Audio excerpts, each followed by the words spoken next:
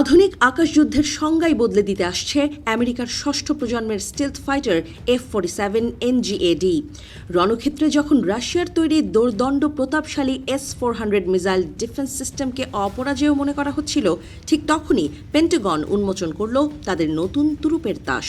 এই বিমানটি কেবল আকাশে উড়বে না, বরং শত্রু দেশের রাডারকে অন্ধ করে দিয়ে ভেতরে ঢুকে ধ্বংসলীলা চালাবে।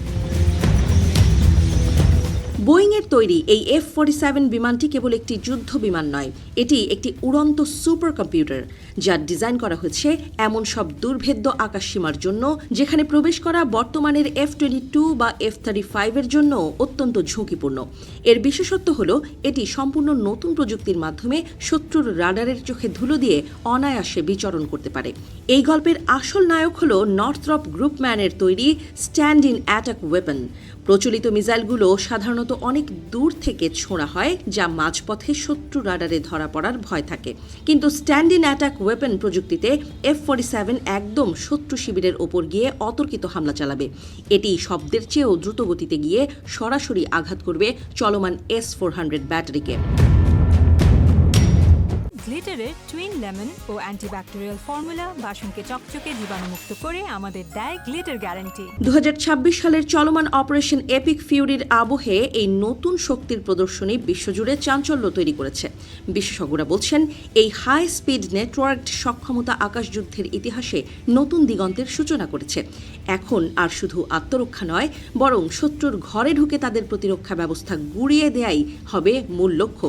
F-47 এর ডিজাইনটি এমনভাবে করা হয়েছে যে এর কোনো বাহ্যিক অস্ত্র ঝুলবে না। সমস্ত মিসাইল থাকবে বিমানের পেটের ভেতর বা ইন্টারনাল বেতে। এর ফলে রাডার সিগন্যাল প্রতিফলিত হওয়ার সুযোগ পাবে না। যখনই বিমানটি লক্ষ্যের কাছে পৌঁছাবে, নিমিষের জন্য বেটি খুলে যমদূত স্ট্যান্ড ইন অ্যাটাক ওয়েপন বেরিয়ে আসবে এবং মুহূর্তেই সব শেষ করে দেবে। রাশিয়ার S-400 বা GPS জ্যামারগুলো সাধারণত এক জায়গায় স্থির থাকে না, এগুলো ঘন ঘন জায়গা বদলায়। কিন্তু F-47 এর সেন্সর এবং স্ট্যান্ড ইন অ্যাটাক ওয়েপনের সমন্বয় এতটাই সূক্ষ্ম যে লক্ষ্যবস্তু নড়াচড়া করলেও এটি পিছু ছাড়ে না।